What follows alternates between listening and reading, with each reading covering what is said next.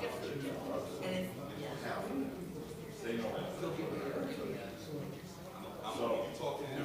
said, oh, they're located in Genshin and, in this chart.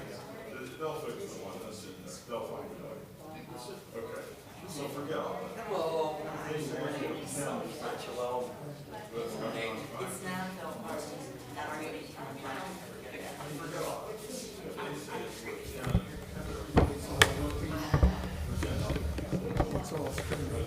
I'm sorry? Yeah, I didn't get your text, so I assumed you were coming.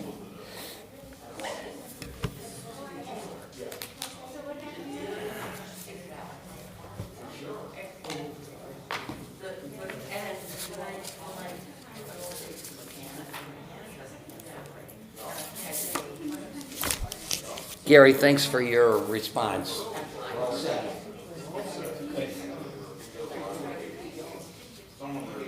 Me too. How's your game? So far, so good.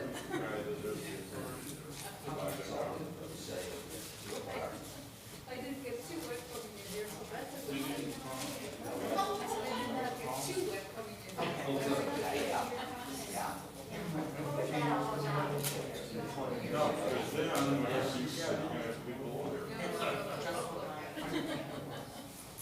We started this in snow in the winter. It doesn't make sense.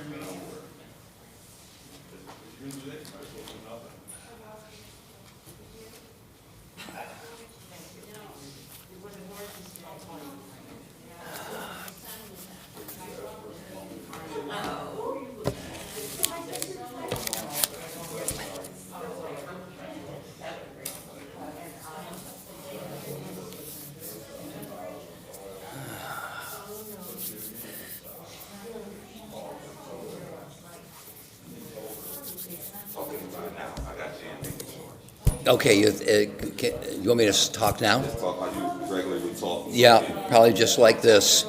Is that okay? Yeah. Yeah. She said yes, we're good. Good. Excellent. Thank you so much.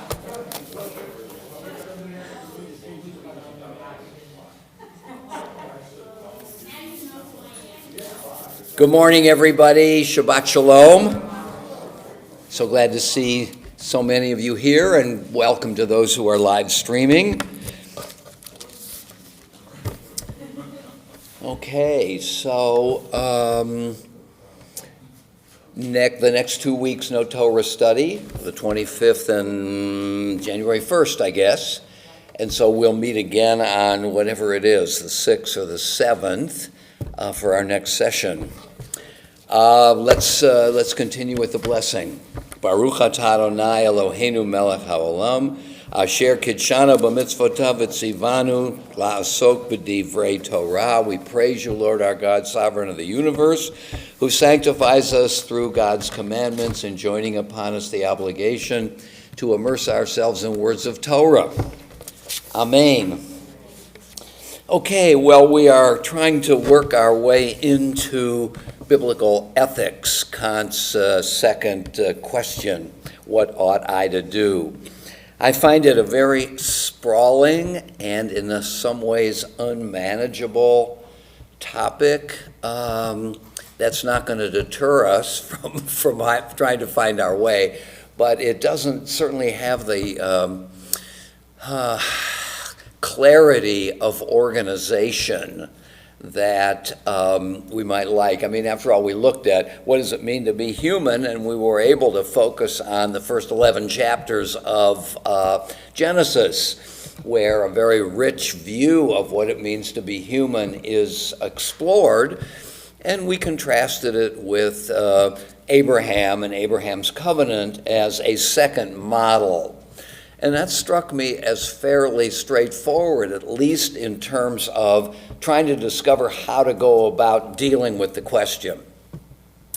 On ethics, I find it a little bit more bewildering, and it's important for me to say that to you and to acknowledge it to myself, because I find myself struggling a bit trying to figure out how to approach it.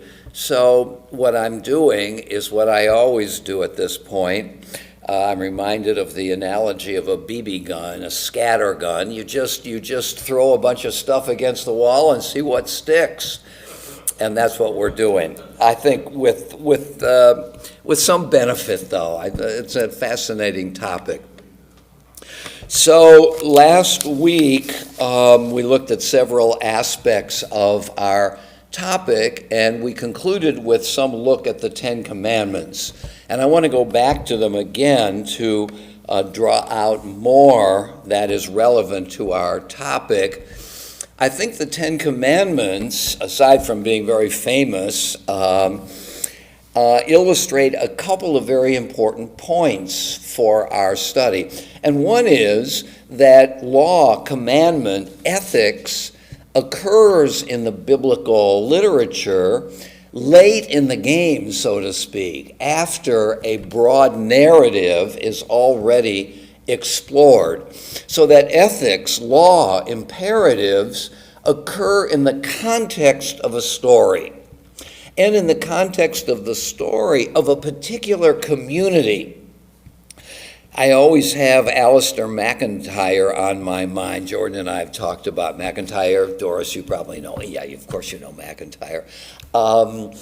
Who is promoting a kind of communitarian understanding of ethics. That is, as opposed to some of the 19th century philosophers who want to deal with the matter of imperatives in a contextless environment. That is, for Kant, the categorical imperative is a function of reason. I'm going to talk about that a little bit more a little bit later. And since reason, we might say, is a universal faculty, we can talk about ethics per se. And that what we learn about imperatives from Kant's point of view has nothing to do with this particular community or that particular community, but is universal. Once we get a categorical imperative, an imperative that is not contingent upon community, of desire, of interest, we have the laws of ethical nature. John Stuart Mill as well, in his utilitarianism. We do what maximizes the greatest good for the greatest number, period. And we can do that in whatever community we live because this is a general principle of discovering obligation. For Kant, it's all about motivation, human motivation. For Mill, it's all about consequences, different ways of looking at it, but really both, I think, function in an Enlightenment worldview where we're dealing with the primacy of reason, of humanity and humanity's faculties. McIntyre is quite critical of this and tries to develop another approach, which he labels communitarian.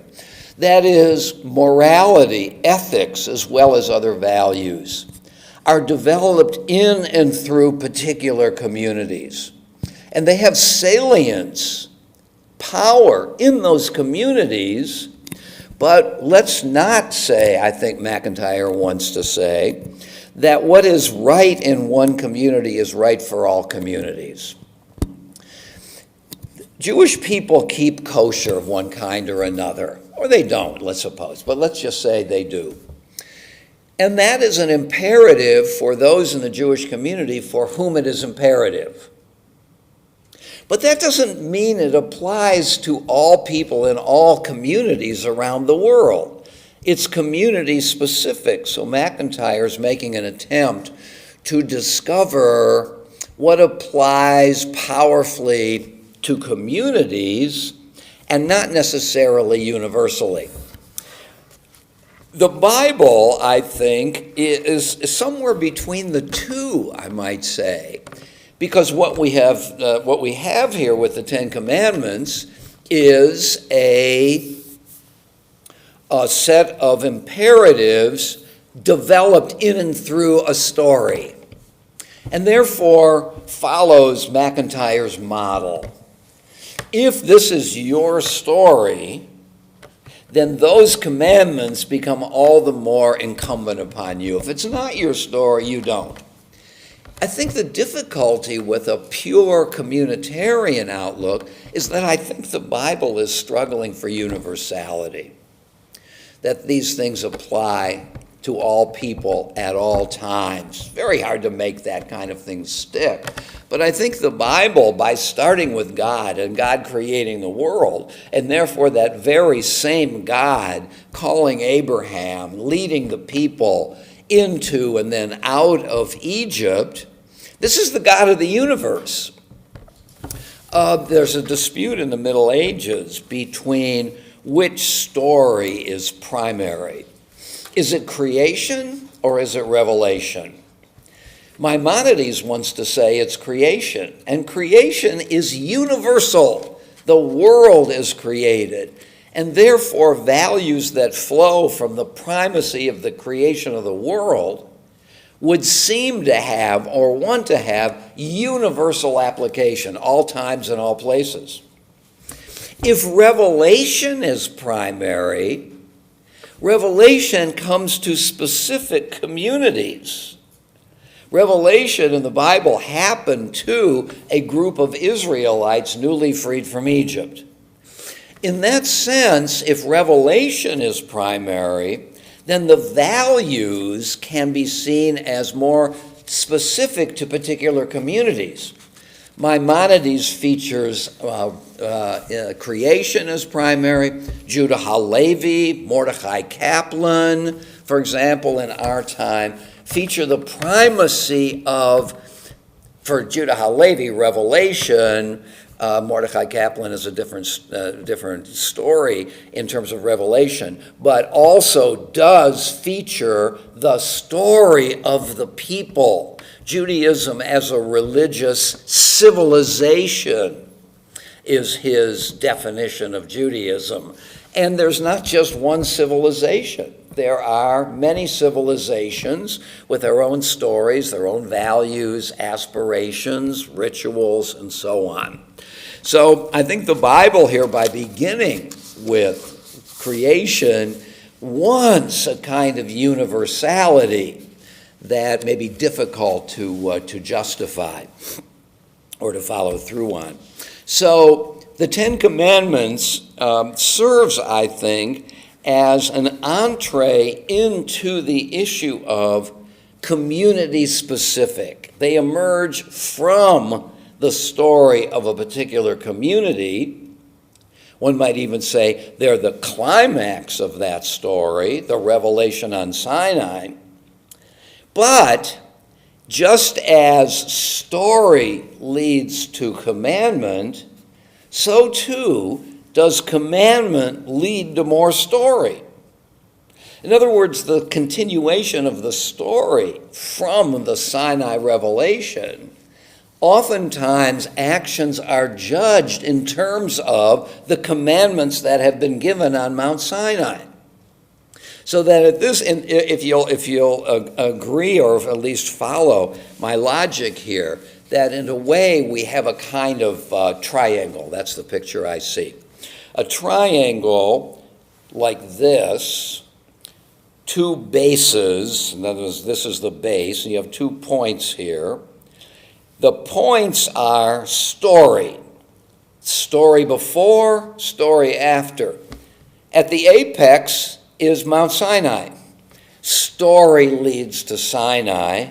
Sinai leads to more story. And in this sense, the moment of revelation is the crucial moment in the narrative of the Hebrew Scriptures. So in that sense, the Ten Commandments loom very large. The other sense in which the commandments loom large is as a model of one of the issues, I think, that faces those of us who are trying to understand biblical ethics. Because, as I was saying, I think maybe to Jim, you on the way out the last week, that the Ten Commandments in a certain way can be seen as topic sentences. not the full understanding of what that commandment is about. In other words, the Ten Commandments illustrate, I think, quite dramatically that biblical ethics, here I'm going for a generalization, and we'll have to see whether or not it works in the long run. Biblical ethics, let me put it maybe overly dramatically. Biblical ethics is systematically incomplete. It requires more. It requires commentary. The rabbis are often personifying the Torah by saying, and in this case, the Torah says, interpret me.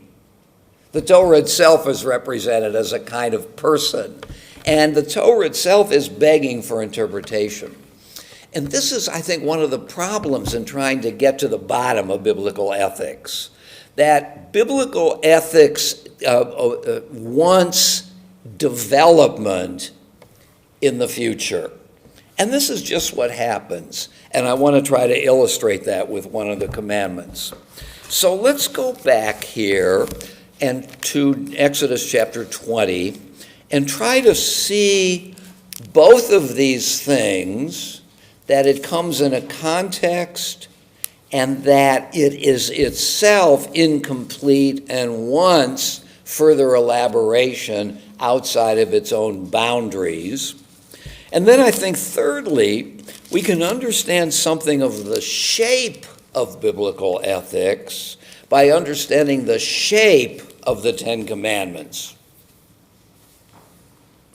Okay, so we began looking at this last week, and we looked especially at the first commandment and noticed that Maimonides thinks of it as a commandment, and Nachmanides, for example, thinks of it as a prologue, right? And Nachmanides has a powerful point here, because verse 2 is not a commandment, it's a declaration. I am the Lord your God. But the Jewish tradition, at least in its Palestinian and Babylonian evocation, that is, I don't think that the Greek Jewish world agrees with this, that I am the Lord your God is the first commandment. So let's look at this a little bit.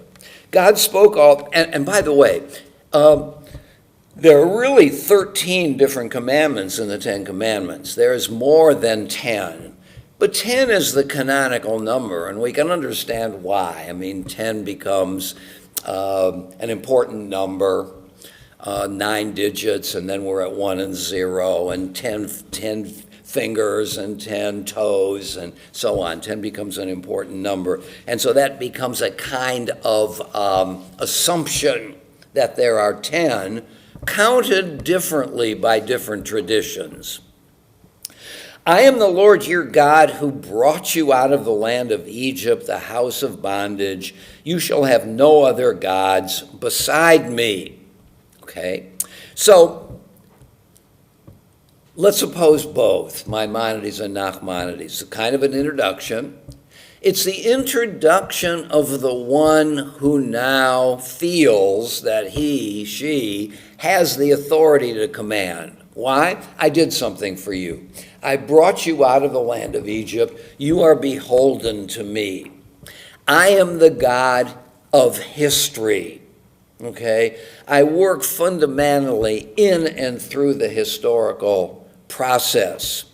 You shall have no other gods beside me. So both of them contribute to the meaning of monotheism. I am the Lord your God doesn't mean there are no other gods. I'm your God. There might be other gods for other peoples. So I am the Lord your God requires you shall have no other gods before me. I am your God and there are no others. Either of those two statements don't make monotheism. There are no other gods doesn't presuppose that there are gods. So I am the Lord your God who brought you out of the land of Egypt, the house of bondage. You shall have no other gods beside me. Don't worship anything else. You shall not make for yourself a sculptured image or any likeness in what is in the heavens above, on the earth below, the waters underneath the earth. So this is a difficult one, and it already indicates the need for interpretation. Is this not make the prohibition about images limited to the cult, to worship? Or does it apply more universally? I think the Jewish tradition has tended to apply it universally. And so we can't make images at all. But it very well may apply only to the cult. So here is a good example of the need for more interpretation. Notice also the 3 domains in which sculpted images are not permitted. The heavens above, the earth below, the waters beneath the earth. We've seen that tripart division before, haven't we? Anybody know where? The creation story. Those are the 3 domains that are created in the first 3 days, and then those domains are filled in the second 3 days. The heavens above, the birds, the earth below, the animals, the waters beneath the earth. God created the universe, okay? So God here already, by verse 4, has announced himself as sovereign over 2 domains, history and nature, right? Other ancient peoples had different gods for different domains, right? Take the Canaanite gods. You had Baal over the earth. You had Yam. Yam in Hebrew means sea, but Yam in the Canaanite pantheon is the god of the sea, of the waters. You had Mot. Mavet in Hebrew is death. Mot is the genitive. And Mot was a Babylonian god, Canaanite god, who was sovereign over the underworld, right? So that in polytheistic religions, you can have different gods over different domains. Those words, by the way, Baal, Yam, and Mod, all find their way into Hebrew. This is a good example of an ancient Near East background to biblical literature. And of course, the biblical literature transforms what it inherited. Take the Noah story. The Babylonian flood story finds the hero in search of immortality. In the biblical story, Noah's not searching for immortality. He is beholden to a kind of ethical standard, a set of norms, okay? So the flood story as a story precedes biblical literature. The Bible inherits it, but not just blindly or passively. It wants to reinterpret it in terms of its own values and assumptions. So here we have God already sovereign over nature and history. This is interesting in itself, but it's also very crucial for biblical ethics, because who has the right to command? Who has the right to elicit from us obedience?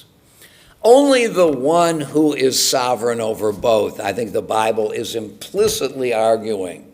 And therefore, having no other gods is not just about how many do you have, but who has a right to command you.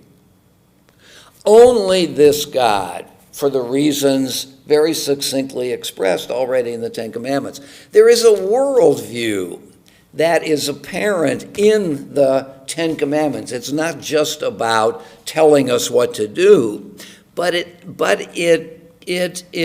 recognizes that the question, why should I obey this purported commander, is a real question. Why should I? We've already seen, and we'll see it again, in terms of parents. You remember Rashi's interpretation of, you shall revere your father and mother. If your father tells you to do something that is inimical to the Torah, you don't have to obey him because both of you are beholden for observing the Sabbath. Who has the right to command? My parents do, but in a limited way, because there is a more powerful commander that circumscribes both my parents and me, and that is God. Obey the Sabbath, I am the Lord. Okay? So the question of who commands and with what legitimacy is a very serious ethical issue. And I think the Torah is suggesting, at least in that one little passage, that there are two valid commanders, but in a hierarchical relationship. So verse 5, you shall not bow down to them or serve them, for I, the Lord your God, am an impassioned God, jealous or zealous, visiting the guilt of the parents upon the children, upon the third and upon the fourth generations of those who reject me. Let's talk about this a little bit. How do you understand the meaning of that description? Let me read it again. For I, the Lord your God, am an impassioned God. I'm jealous for my prerogatives. Visiting, this is what I want us to discuss. Visiting the guilt of parents upon the children, upon the third and fourth generations of those who reject me. Anybody have a suggestion of how to understand that? Jim? I thought about it, and I think what it's saying is that parents, all of us, whether we mean to or not, really shape the thinking of our children. Yes. Even if the children reject it. Yeah. And it may well take 4 generations or more to get that bias or agenda out of their head, even though it may not be a conscious effort. I myself often think about what would my father or grandfather have done in this situation. Yeah. So my perspective may not be yours. Yeah. So what he's saying here is it's going to take a while to get these negative thoughts out. That's a very good point. So you're pointing to, I'm always asked by people who are watching, I didn't get that question, would you repeat it? So Jim is saying that one of the ways of seeing this is under the category of impact and influence, that parents have an impact on their children, and if the parents are sinning, then there's a good chance that the children will also follow those mores or commandments and sin as well. Okay. So Jim, what you're presupposing here or interpreting is that God is saying, visiting the guilt of the parents upon the children. It's not inevitable, but it's likely that the guilt of the parents is going to be succeeded by the guilt of the children, and therefore punishing the parents is likely to eventuate in the need to hold the children responsible until the energy of that transmission wears away. And I don't know if you said this, but just following your logic, it's likely to wear away in the fourth generation. I mean, the power of, I think of the half-life of an element. And a half-life is what's the halfway point of its disappearance?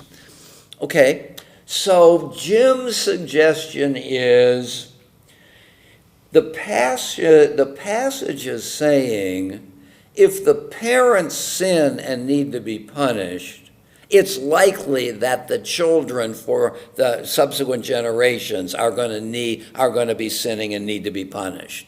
The parents get it underway, and the children and grandchildren and great-grandchildren, in a way, with some automatic understanding, follow along.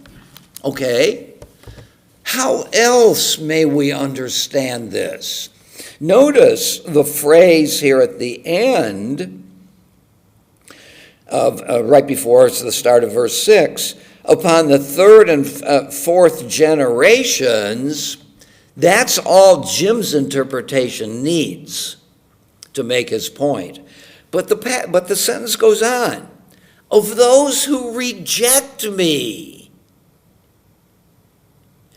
How might that alter or give an alternative understanding?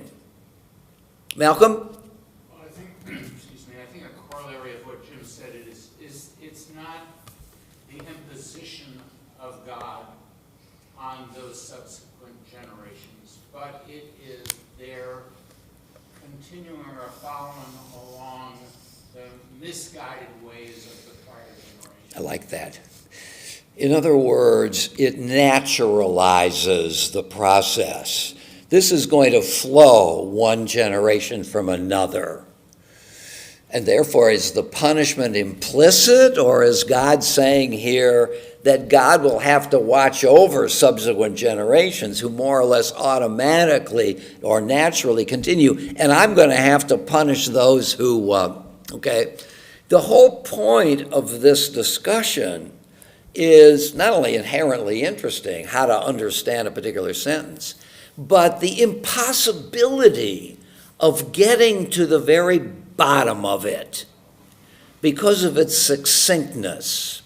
What about this last phrase, of those who reject me? What might that imply as an interpretation? Okay, so here's a way of doing it. I'm only going to punish subsequent generations if they themselves reject me.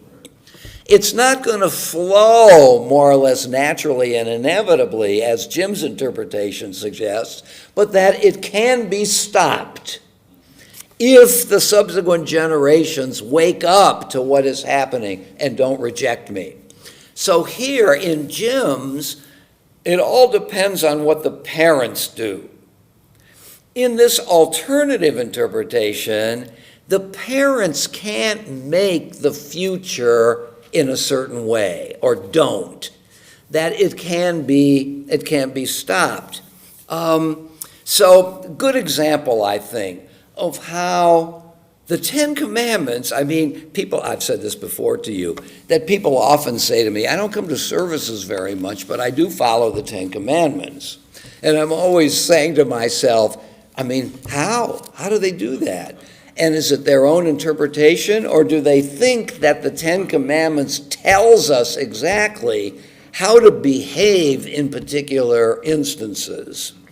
And notice it goes on to say, but showing kindness to the 1,000th generation of those who love me and keep my commandments. And that can follow the same alternative logics, but it looks like God's kindness is in 250 to 1.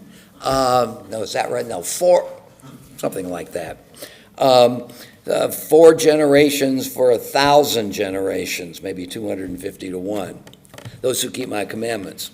You shall not, here comes the third commandment, you shall not swear falsely by my name, by the name of the Lord your God.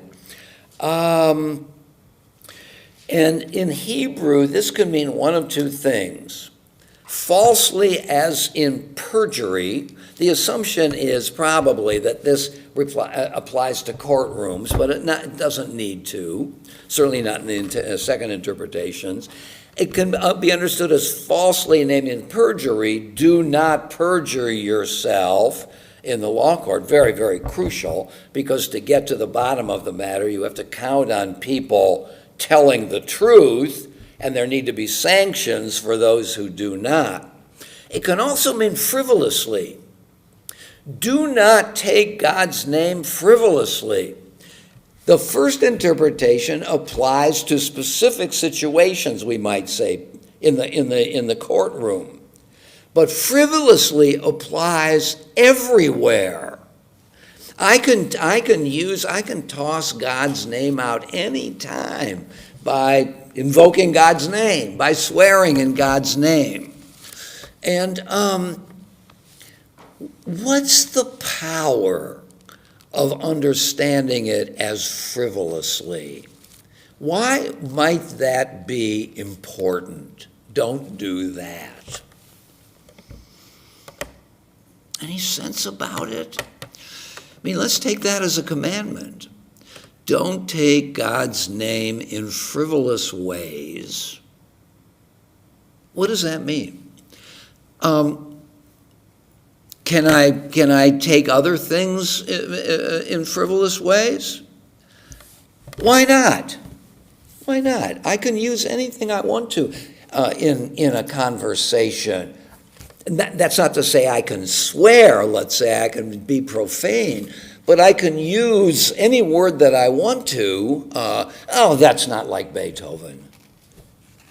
Or, yeah, Beethoven was he was so cruel to other people. That's sort of taking Beethoven's name in vain. Is that a big problem? You might object to it, but it's not a crime. Why is it a crime to take God's name in vain? I mean, think about it. Joan? It's demeaning. It's demeaning. Of what? You're not taking God serious. Very good. It's demeaning of God. Does God need us? Does God need us not to demean him? Is God demeaned by our demeaning him? No. So what is demeaned? I'm sorry?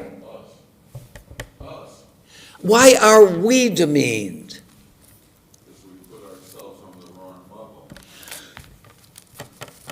What do you mean by that? Put ourselves on the wrong level. We forgot for a second the hierarchy. Okay, very good. So, in a way, we demean ourselves by forgetting who we are and to whom we're attached. If you feel that the question of values, of ethics, is where are my authorities? And let's suppose, we're going to get to this a little more, that my authority is outside myself, I'm not my own legislator, and that God is a likely candidate for being the authority. I can't think of God as an authority if I'm demeaning God.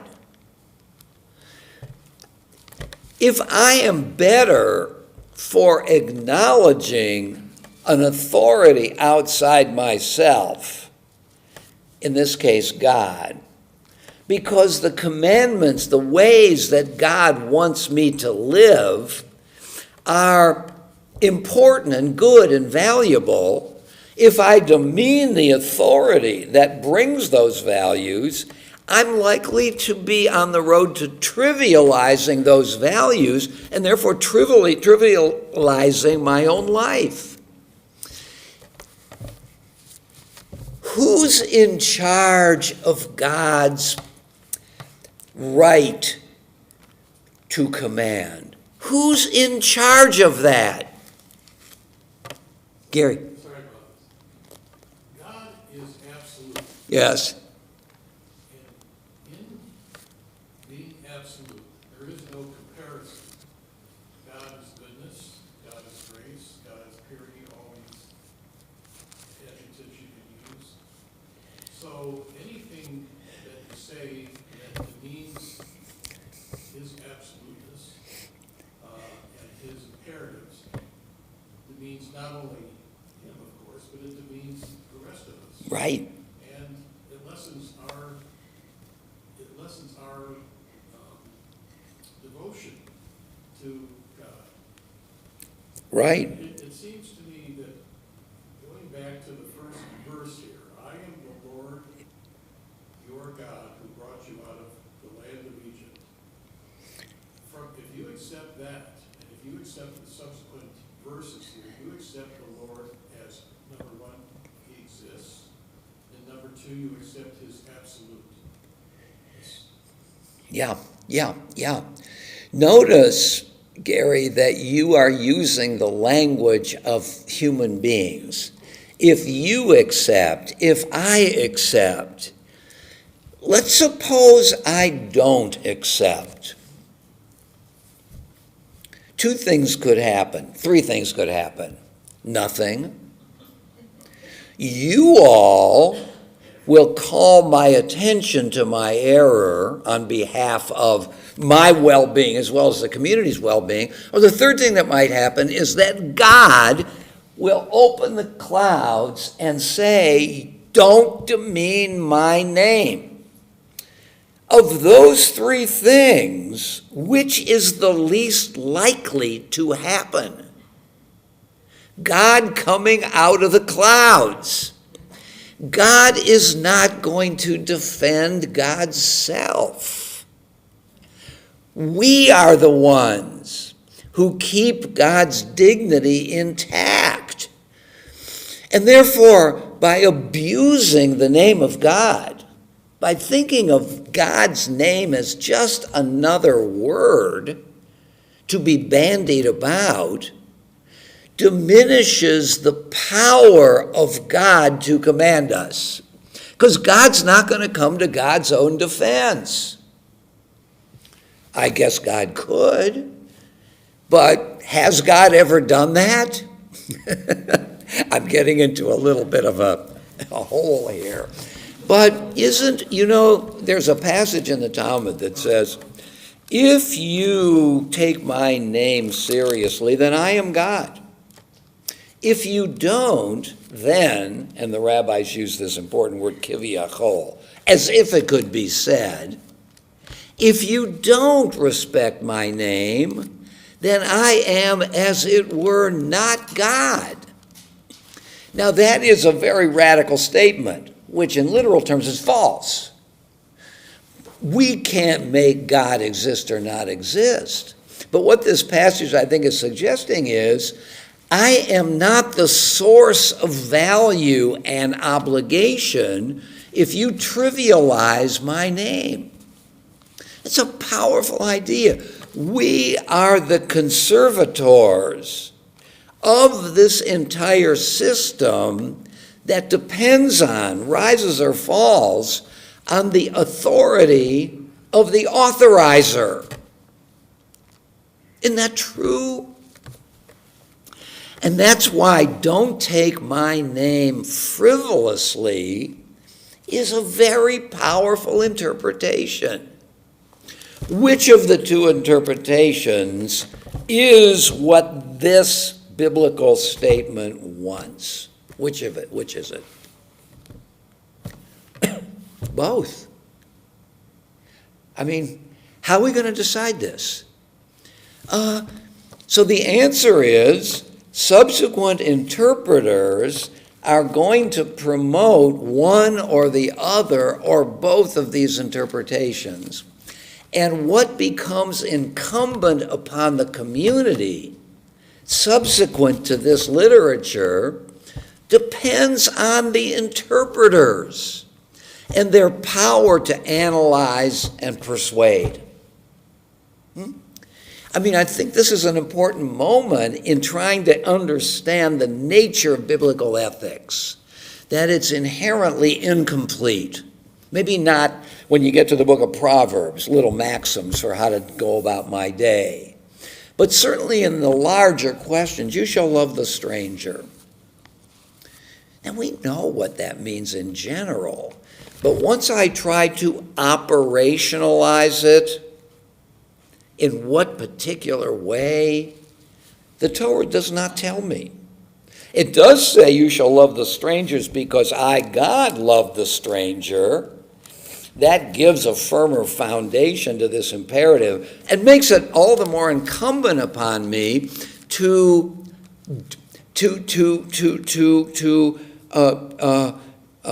bring that imperative into action. And here's another thing that I think we're facing. The Torah is not just some ancient book of stories. It wants people to respond in their lives with what is being told in that book. I mean, I could say, look, Homer has a particular view of Hector, the Trojan general. Do you think Homer, in drawing out the character and personality of Hector, is saying he wants us to emulate Hector? I suppose I could draw that out. I mean, Plato certainly takes this whole thing very seriously and doesn't like Homer because he glorifies not necessarily in Hector but in Achilles, the heroic ideal, the warrior. And Plato is trying to supplant the competitive virtues with the cooperative virtues. So Plato takes them as imperatives, but I take it that Homer is writing a story for us to enjoy and to reflect on. I don't think the Iliad or the Odyssey has the imperative, the implied imperative voice that a scripture does. So this is a book that wants behavior. And the question is, I can't remain satisfied with the generalization, love your neighbor. Oh, that's a nice sentiment. Yeah, love your neighbor. I love that. Who came up with that? How great is that? No. Do it. Do it. How? The text, the Torah, doesn't tell us. Is love to love your neighbor to have a certain intense feeling for your neighbor? Or is it a kind of action? And what kind of an action is it? Well, one interpretation by the rabbis is respect. Respect your neighbor as you respect yourself. Respect your neighbor's property, what belongs to your neighbor. That's an interpretation. That's not implied clearly by love your neighbor, except the rabbis, I think, in a non-utopian fashion, recognize that I just can't have the little pitter-patter for all of the people who live on my block. I'm just not going to do that. And since I can't do it and won't, that imperative falls to the ground if you're asking me to have an intense feeling for everybody on my block.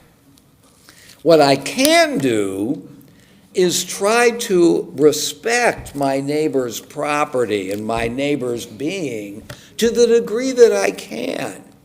It's a retreat from utopianism. Okay, let's go on a little bit. Yeah, Gary. What is the Hebrew word used for love? Ahavta. Is it the amorous love? Is it another kind of love? It's a good question. I mean, there is a word for intense amorous love in the Bible, cheshek. Ahavta le'ehov, to love. Yahavta et Adonai Elohecha. You shall love the Lord your God with all your heart, with all your soul, and with all your might. Valentine's Day.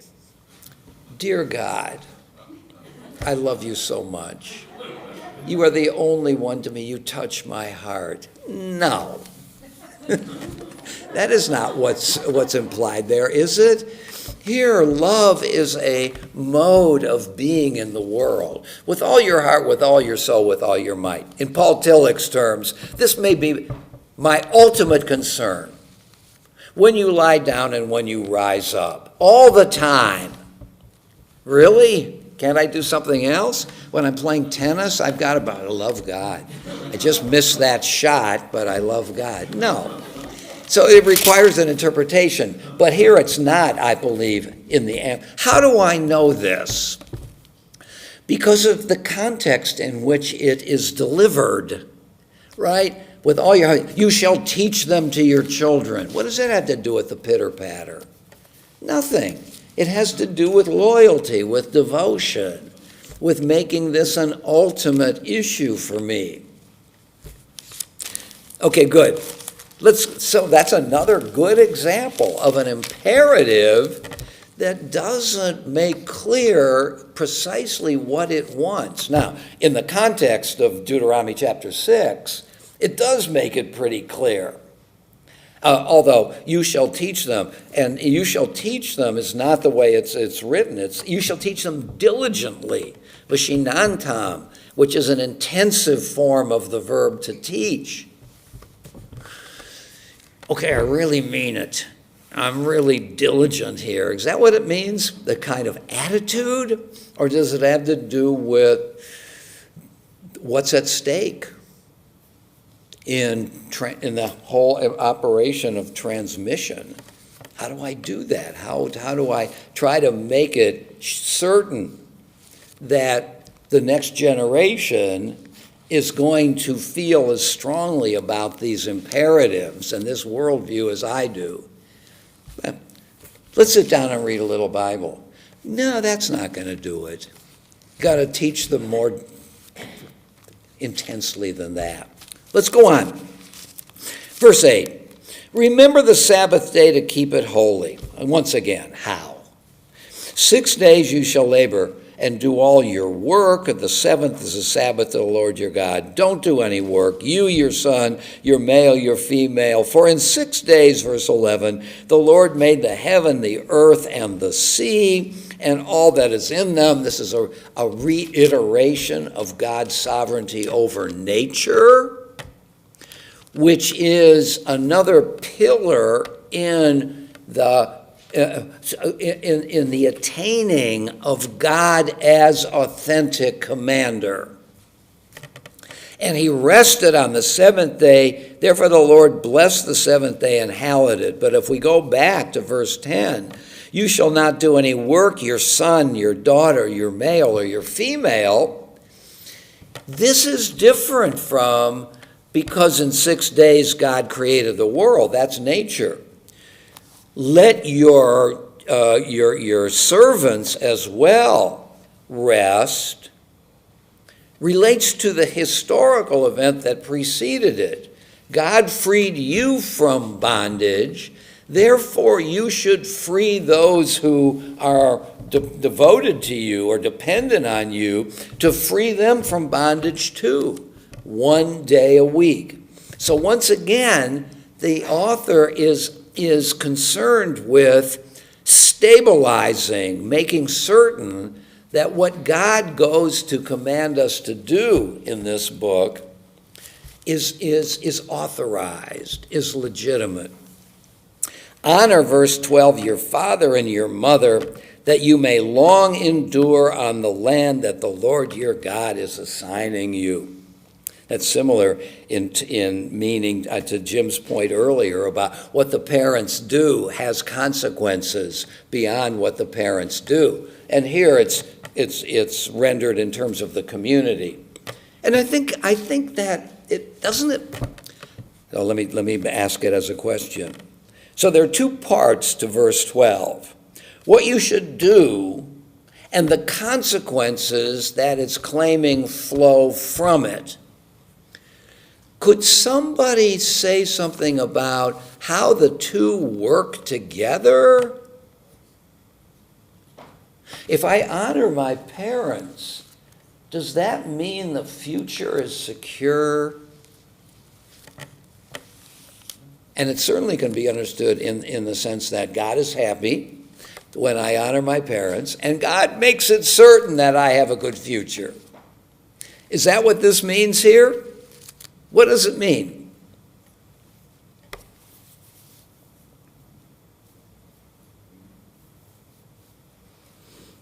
What, Jim? Are you talking about where it says endure? Yeah, Because when you're younger, I don't think you can appreciate what your parents are seeing. yes, It takes a while, okay, and then you realize, at least I did, how brilliant my parents and grandparents were. yes. But I didn't figure that out until recently. And I think that's what the endure thing means. It means don't get ahead of yourself. Oh, As young people do. endure as endurance. Don't get ahead of yourself, but continue to take seriously what your parents are saying. Is that what you mean? I don't know what the words are. When you're younger, you're sure you're right, Yeah. and that there's no end game here. Yes. When you're older, you figure out you're very limited, and your parents were trying to tell you something that you just didn't want to hear. Yes. And so, what does that have to do with the endurance of the you here? It's a plural. It's a plural. One way or the other, the thinking continues. The thinking continues. Okay. Good. Yeah, Malcolm.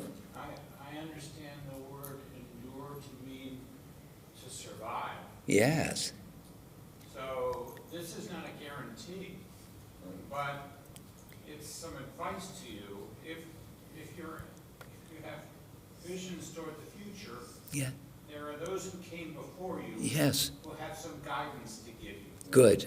And adhering to that guidance won't guarantee your future, but it will improve your chances. Very good. I like that. I like that. So that there is a causal connection, you both are suggesting, between honoring my parents or taking seriously what they have told me is the right thing to do and endurance. And the one thing to add to that, I think, is notice that of all the institutions that exist in a society, the one institution which seems, according to this commandment, to be a sufficient condition, not just a necessary, a sufficient condition for endurance. This places a very high value on the family, on the parents. Honoring them makes for peace in the home and all of that. But it has astonishing consequences, according to this. And I like your qualification. It doesn't guarantee it. But the Torah seems to be saying, as the family goes, so goes the community. Or, maybe more specifically, as the parent-child relationship goes, so goes the community. Not just now, but forever. Now, maybe I'm drawing too much. At least for 3 or 4 generations. Yeah. So that, Maimonides says in the Guide for the Perplexed, that the family is the first part of the city. That we learn how to be a citizen, how to work with others and so on, how to transmit values in the family. Or not, right? Or not. And if or not becomes the case, then the future is imperiled. So this commandment is really a crucial commandment. It's so crucial that I need to build up its importance in one of 2 ways. Oh, I love this commandment. Oh my gosh, so important. It's most important of all. Yeah, good. How? How important is it? How do you justify its importance? And exactly how should I deploy this commandment? It's a good example of what we're talking about. So what I want to read to you now is Maimonides' discussion of honor your father and your mother in the Mishnah Torah. Now, some of us know what the Mishnah Torah is. It's Maimonides' 14-volume digest of 2,500 years of Jewish law. Now, the Shulchan Aruch, the Code of Jewish Law by Joseph Caro, which became the animating document for Orthodox Judaism, he completed that sometime in around 1580, as I recall. The organization of that is the organization of my day. He started, the first commandment is what I do in the morning when I wake up. The laces of which shoe do I tie first, and so on and so on. Maimonides doesn't organize the Mishnah Torah temporally, but logically. Book 1 of the Mishnah Torah is all about foundations. And then he roams around the literature of Jewish law for 2,500 years and gathers material, and then he puts it succinctly in a short span of writing. And not only does he gather now specifically all the stuff about parents in all of this literature. Now, if I were to do that, let's suppose I could do it, and now I've got 15 pages of parent stuff, what am I going to do? I'm going to dump it into chapter 11. What I'm not going to be able to do is organize it. Not only gather it, but organize it so that the logic of the topic is drawn out in the way it's presented. That's the utter genius of this guy. So let me read to you. This comes from book 14 of the 14 books. By the way, another name for the Mishnah Torah means repetition of the Torah.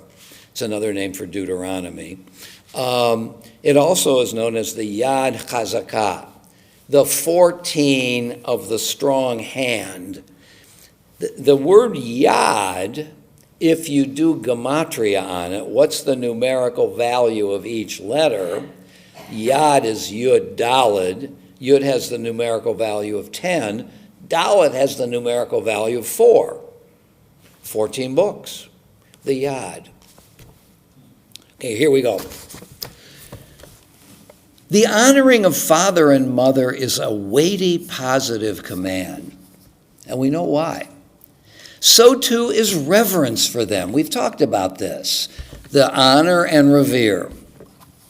The Bible attaches to the duty of honoring and revering parents an importance equal to that which it attaches to the duty of honoring and revering God. It is said, honor thy father and mother. And it is also written, honor the Lord with thy substance. Concerning duty due to parents, it is said, you shall each revere his mother and his father. And concerning duty to God, it is said, you shall revere the Lord your God. There's an analogy here, a tight analogy between God and parents. Maimonides just doesn't assert this. He gives proof texts because the key verbs are used for both. We are enjoined to honor and revere them in the manner that we are enjoined to honor and revere God's great name. That's just what we've been talking. We've drawn that out ourselves. Whoever curses his father or his mother suffers death by stoning. And whoever blasphemes God suffers death by stoning. The penalty prescribed in both instances is the same. Okay, so this is something that the commentators work with and try to soften it, of course. In the matter of honor due to parents, the father is mentioned first. And in the matter of reverence due to them, the mother is mentioned first. We've talked about this, from which Maimonides makes the following inference. From this we infer that both are to be equally honored and revered. Just as the Ten Commandments try hard at the beginning to legitimize God's authority to command, That's what Maimonides is doing here in terms of the parent's authority to command, by analogizing this with God. What does reverence imply? I know I'm to revere my father and my mother, but how do I do it? The Torah doesn't tell me. Maimonides, in the name of the rabbis, is now going to tell us what our tradition says in terms of operationalizing this commandment. What does reverence imply? What does honor imply? Reverence requires that the son should not stand in the place in which his father usually stands, or sit in his place, or contradict his words, or decide against his opinion, or call him, living or dead, by his name. That should echo, don't take God's name frivolously. When referring to his father, the son should say, my father, my teacher. If others bear the same name as his father or his teacher, the father's name is Harold, that's my father's name, and somebody else out in the community's got the name Harold. If others bear the same name as his father or his teacher, he should designate them by another name. It appears to me, however, that this stricture applies only to a name that is not common. In other words, Maimonides is pursuing the logic of reverence, and it means don't put your father or your mother on the same level as others. And one way of doing that is to have his name be Harold, and a lot of Harolds around. Maimonides recognizes this is tough, and so he qualifies it, right? There's nuance here. It appears to me that this stricture applies only to the name that is not common. But in the case of names that are in use in all languages and at all times, such as Abraham, Isaac, Jacob, Moses, and the like, he may, in the absence of his father, call those who bear them by their names and have no scruples about it. What does honoring imply? So, by the way, what does reverence imply? What would be the topic sentence or the essence of it? Let me read the particulars and let's see if we can figure this out. Reverence requires that the son should not stand in the place. It's mentioned son here, but he's already told us that both sons and daughters have this obligation. Doesn't have to say that every time. Reverence requires that the son should not stand in the place of which his father usually stands, or sit in his place, or contradict his words, or decide against his opinion, or call him living or dead by his name. What's the topic sentence for this? Separation. Right? Don't sit in his chair. Don't contradict his words. Don't call him Harold. Hey, Harold. Because why? My parents are on another level than me. I have to recognize that asymmetry. And not only is asymmetry the case, they bore me, I didn't bear them. I owe everything to them. But if I put myself on the same level, they don't become my teacher anymore. And the powerful need for transmission is lost. So that reverence means stepping back. What does honoring parents imply? It means providing them with food and drink, clothing and covering, the expense to be borne by the father. That's interesting, isn't it? If the father is poor and the son is in a position to take care of his parents, he is compelled to do so. He must support his parents in accordance with his means, conduct his father in and out, perform for him such personal services as disciples perform for their teacher. Now he's got three relationships working together. God, human beings, parents, children, teachers, students. They all amount to the same structure. He rises before him, his father, as he rises before his teacher. What's involved here? It means providing them with food and drink, clothing, covering, the expense to be borne by the father. Reverence, pulling back. Honoring, stepping forward. So that my relationship to my parents has a twofold dynamic. Retreat, and advance. Isn't that quite brilliant? Maimonides is suggesting, in the name of the rabbis, in the name of tradition, that all of this is what careful analysis, creative analysis, would come up with in terms of the fifth commandment. This is all contained in the fifth. You want to know how to do it? Here, this is how to do it. Love, honor, revere. These are not just golden words. These have particular application. If the Father is his disciple, now what if the two relationships are now joined? My Father, I am me and there's my Father, but I also happen to be my Father's teacher. And the student is obligated to rise for the teacher. So in that sense, my Father is obligated to rise before me. But as a son, I'm obligated to rise before my Father. So Maimonides has given us an example, and it obviously occurred, where the idea of becoming learned and so on, teaching community. And so if his father is his disciple, the father doesn't rise before him. But he is bound to rise before his father. Which obligation is primary? It is his duty to honor him in either way, and in other ways too. My text is becoming blurry here.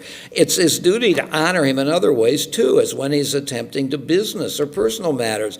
Thus, if courtesy is shown to him in any place on account of his father, he should not say, "Speed me for my own sake," or "Let me depart for my own sake," but he should say, "Speed me for my father's sake," or "Let me depart for my father's sake," or a similar expression. He should make it clear, I guess that word is, in his dealing with others, that he is zealous for the honor of his father and that his attitude toward him is one of reverence. It is the duty of the son to honor his father even after the latter's death, which we know. That relationship doesn't end with death, and the obligations don't end with death. Thus, if he reports a law he heard from his father, he should not say, "Thus said my father." He should say, "Thus said my father, my teacher. May he be an atonement. May I be an atonement for his resting place." He should refer to him in these reverential terms only within 12 months of his death.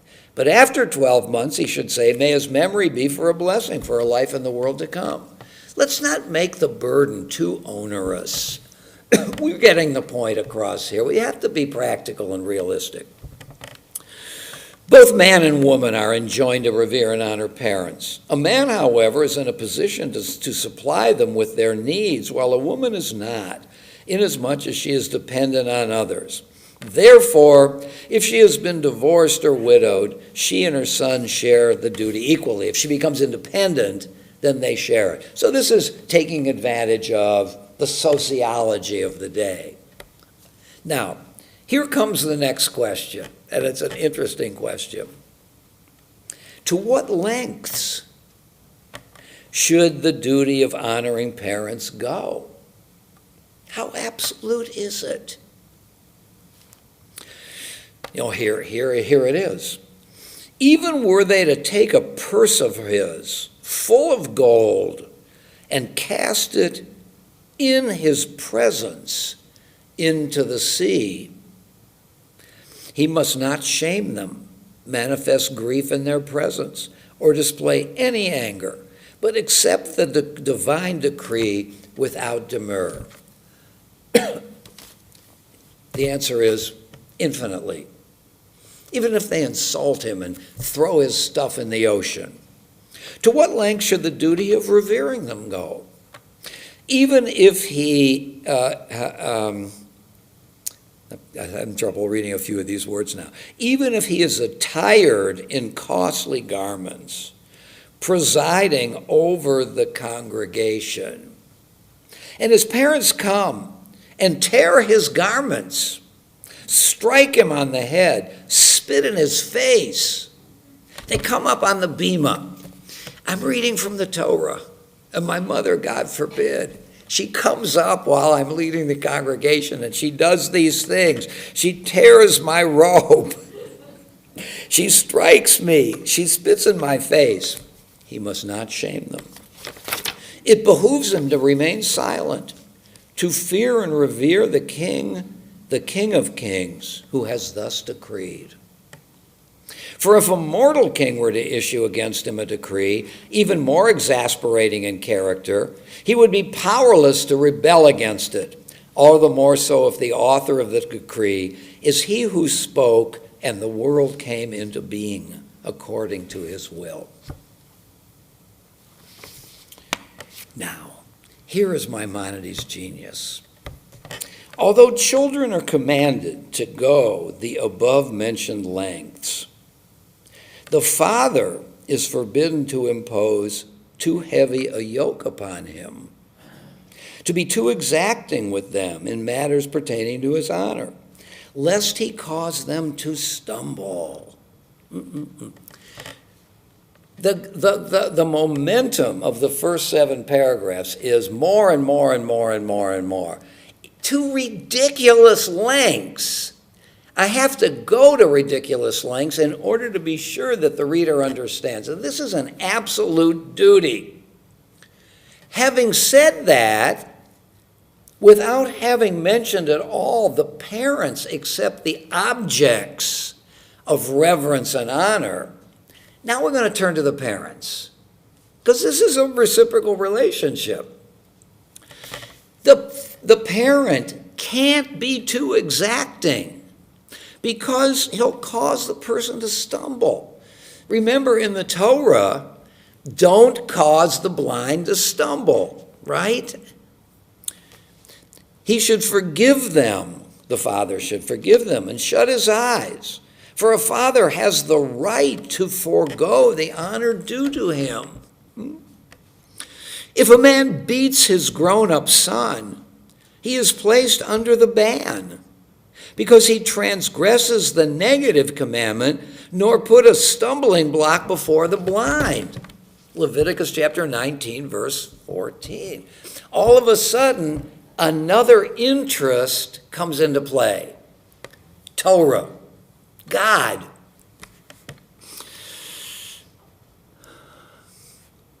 If the mind of his father or his mother is affected, the son should make every effort to indulge the vagaries of the stricken parent until God will have mercy on the afflicted. But if the condition of the parent has grown worse and the son is no longer able to endure the strain, he may leave the father or the mother, go elsewhere, and delegate others to give the parent proper care. I should do this myself. But let's be real, folks. It can be too much for me. And therefore, the Torah gives me permission to delegate this to somebody. I still have an obligation to service my parents, to honor and to revere them, but I don't have to do it myself because my well-being is not inconsequential. If the son sees his father violate a commandment, he should not say to him, "Father, you have disregarded a precept of the Torah." He should rather say to him, "Thus and thus is written in the Torah," speaking to him as though he were consulting him instead of admonishing him. There's another passage in Leviticus 19 about chastising. I should rebuke my neighbor when I need to chastise them, to call their attention to something. Lest you sin on account of them.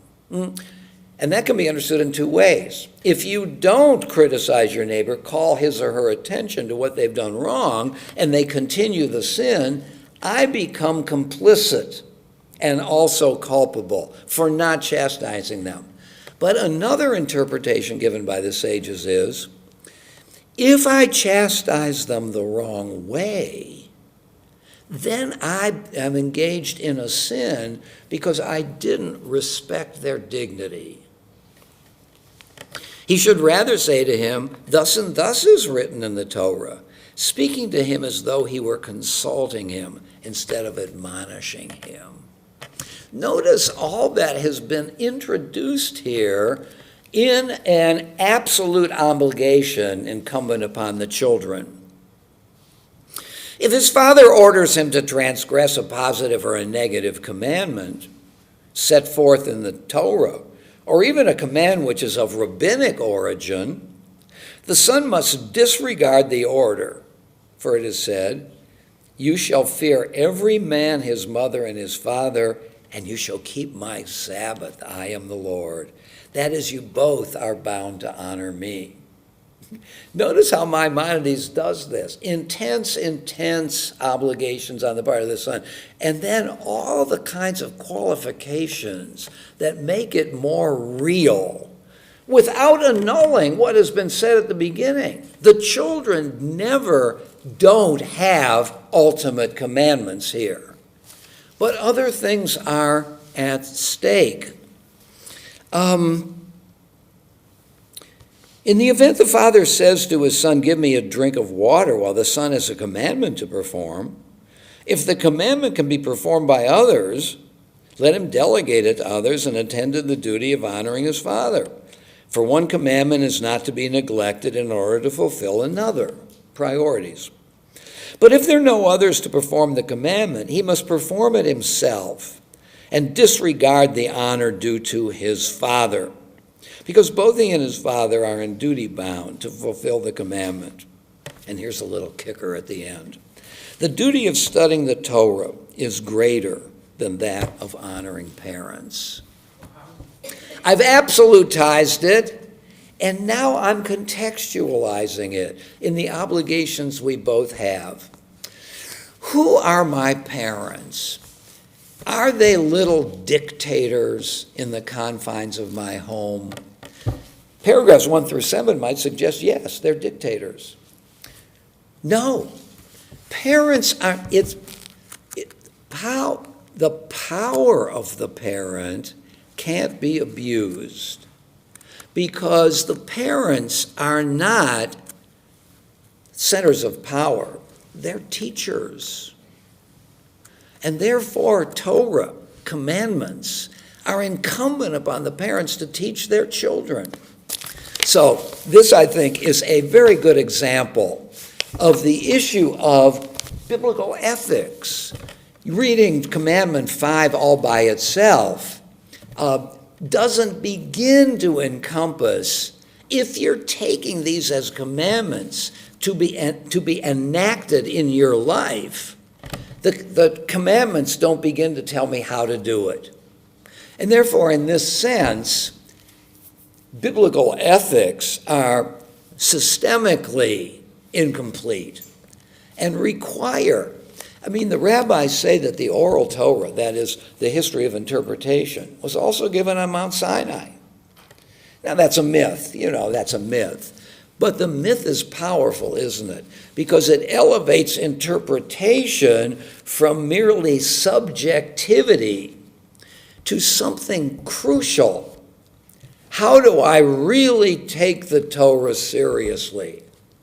The Torah wants me to act in a certain way, but it's insufficient.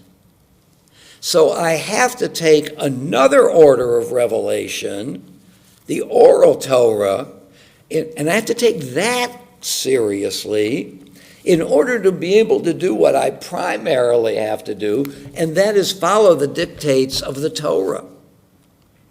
In order to accomplish the latter, I have to give tremendous dignity to the former, to the oral Torah. The problem, of course, is the oral Torah is significantly a creation of human beings. And much of the structure of the oral Torah is argument. And the arguments often run aground. They don't reach a solution.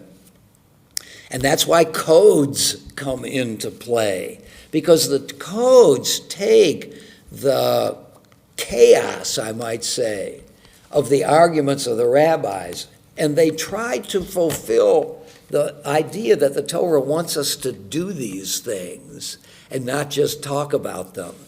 But of course, talk about them is important to see what's at stake, what's complex, what's hard to do.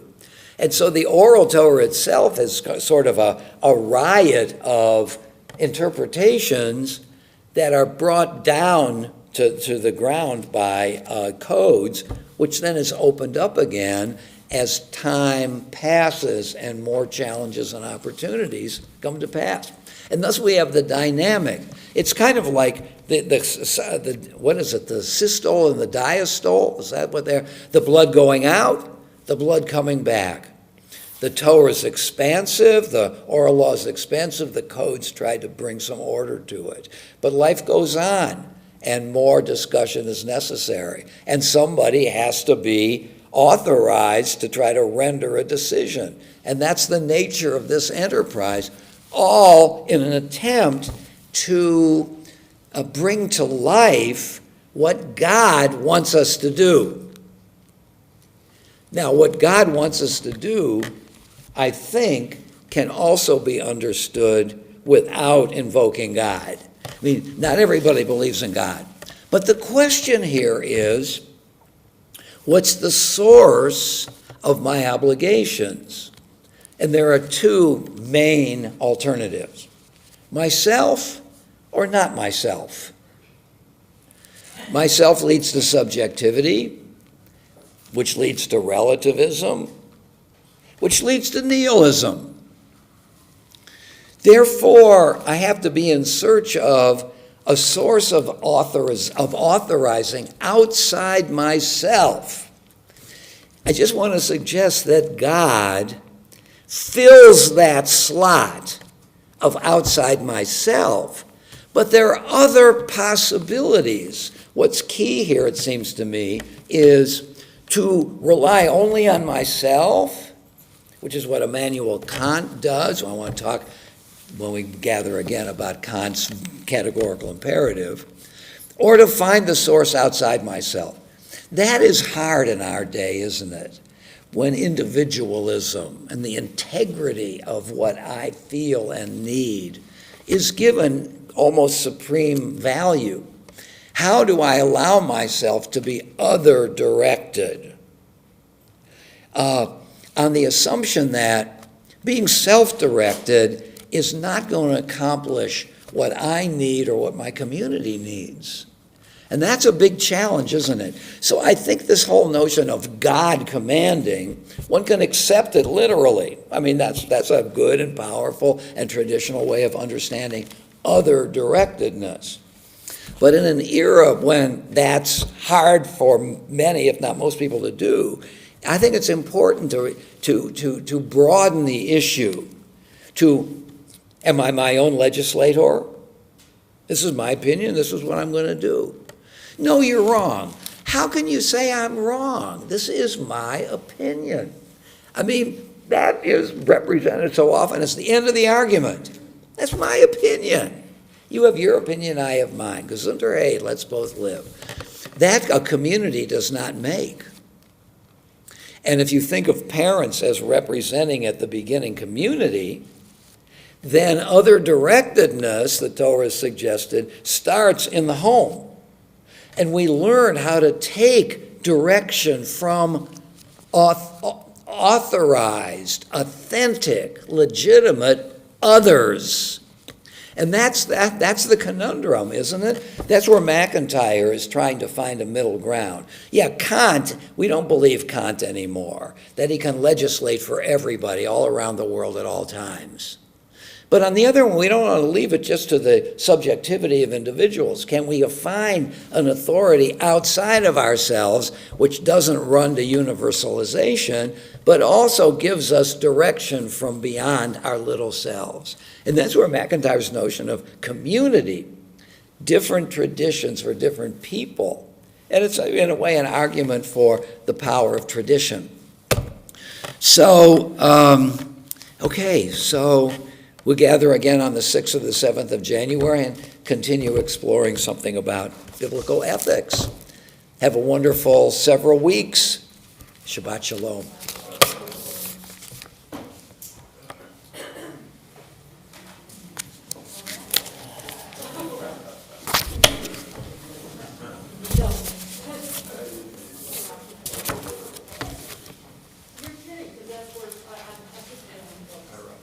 Hi, Mel.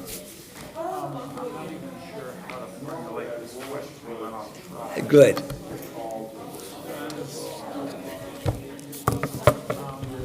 You're wearing a mask. I'll wear a mask. Does Judaism, And then I'll. having ascended Sinai twice, having now as a people received these instructions, Yes. does Judaism, I'm live. You're right. What am I going? Let's step over here. Thank you. Does Judaism presume that these instructions, these obligations, these commandments are for all generations, for all time? Yeah, takes generations to do so. I guess there are two possible answers for this at least. One is, in literal terms, yes. That's right. Keep kosher. I was wondering.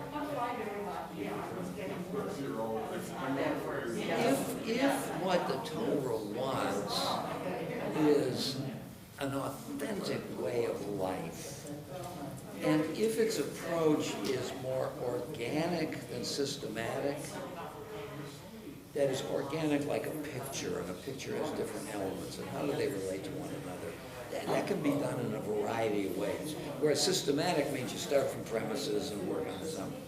If it's organic, if it's a picture and not a linear argument, then I take it that the answer can be, if I capture the spirit of what the Torah wants from me, and I know that I need to operationalize it, it's not just a literature class, then it gives me more leeway. Yes, I have an obligation, and that obligation, let's say, comes from Sinai. But my obligation need not be in the specific terms in which either the Torah or some commentators enunciate. So to extend your analogy, Right. I have some That's right. ability, freedom, to look at it or intention, interpret that picture to my best ability. Right. But Judaism would say it's still that picture which I must accept. It's not no picture or some other picture. Right, but the question is, what does that picture look like? And the picture is not just a man sitting in a chair and a little boy on his lap. Yeah, but that's the picture. Because that's the only picture you have. And it's an extraordinarily complex picture. And there are a variety of ways of, if you're going to describe the picture to me, you can do it in a variety of ways.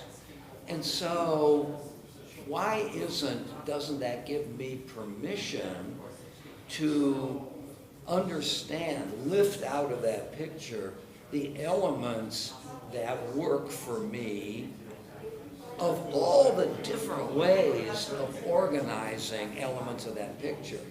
In other words, none of us has the obligation, nor can we, exhaust that picture in our description. It's just too complicated. So we have permission, I don't know if that's the right word, as long as that's the picture we're looking at. Now the question is, still remains about both whether that's the picture incumbent upon us and the ways in which I interpret the picture. Those questions have not yet been answered. I think the only answer to those questions is, what does it lead to? If it leads to flourishing, if others buy into it, if it has some salience, then to that degree, its durability, its flexibility, whatever the criteria are, that interpretation of that picture becomes increasingly, let me put it this way, true, small t, small t. So, you know, it's like what we do here. I say this all the time. I can offer an interpretation. You can offer an interpretation. Does it sell, just to be crass about it? If 50 people don't buy it, I've got to say to myself, I still love my interpretation, but it doesn't seem to be what the community is willing to accept. And to that degree, has less power for what we're looking for, continuity. I don't think intrinsic proofs do it. We make our best stab and see if it works. Reform Judaism has worked for 200 years. Therefore, it's an interpretation of the picture.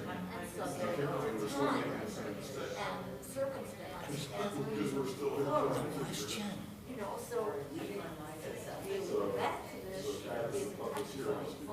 To be what now? To go back to yes. This is a touch point. Yes. But our head is still moving in time where we find it. Right. So that's why we're here to discuss. That's why we.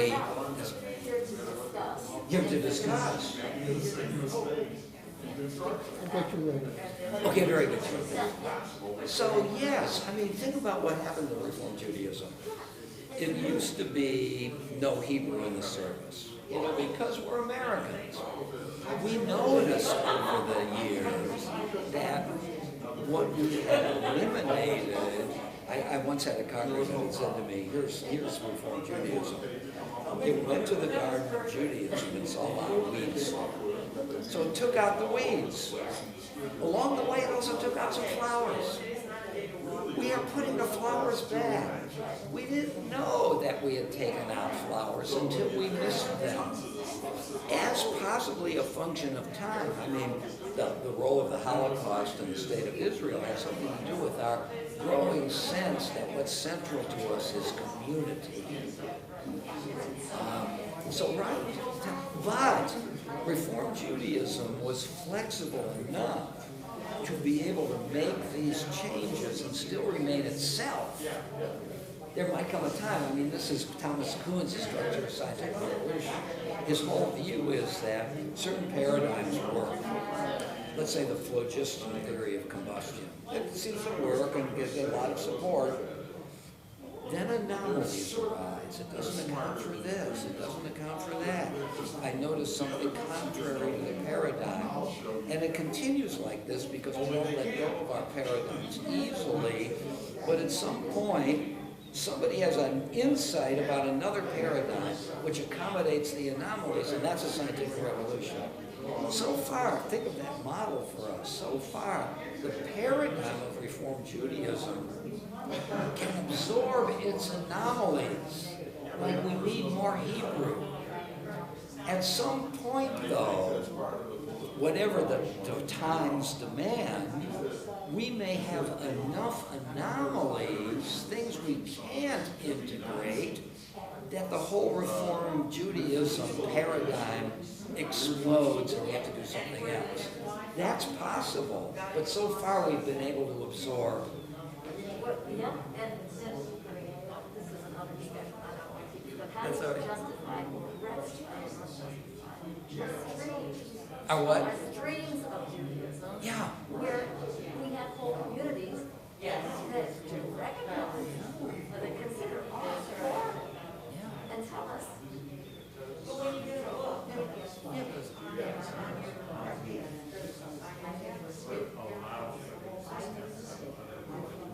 Oh, absolutely, absolutely. I mean, the Bible is universalist from the start, and which means that where does dignity reside? It doesn't reside just in Jews.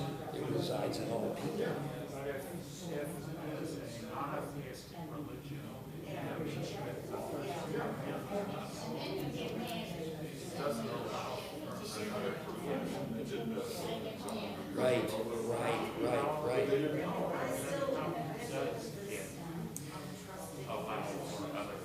You know, I mean, I think the answer is, no, I'm just stammering, is that it's never the case that there's only one supreme power.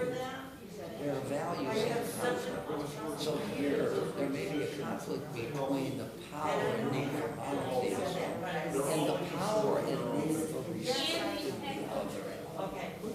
Whatever the other does, as long as, here's John Stuart Mill, I mean, his notion of liberty is that we should be totally free to do whatever we want to do unless we come to harm somebody else. So as long as the person to whom I'm according dignity, who worships many gods, say in India, I've got a choice now. Do I respect that person, not only in the abstract, but would I be willing to work with them? Would I be willing to make some compromises if we're interested in a social issue together? Or do I a priori say this can't be a person I'm working with because they believe one of their foundations, something that's inimical to me? Well, two values in conflict, which one do I choose? There, I have to choose. And it seems to me that's kind of the answer to it. It's a pluralism of premises. The answer to your question, Vivian, I think, about does Judaism accommodate different branches?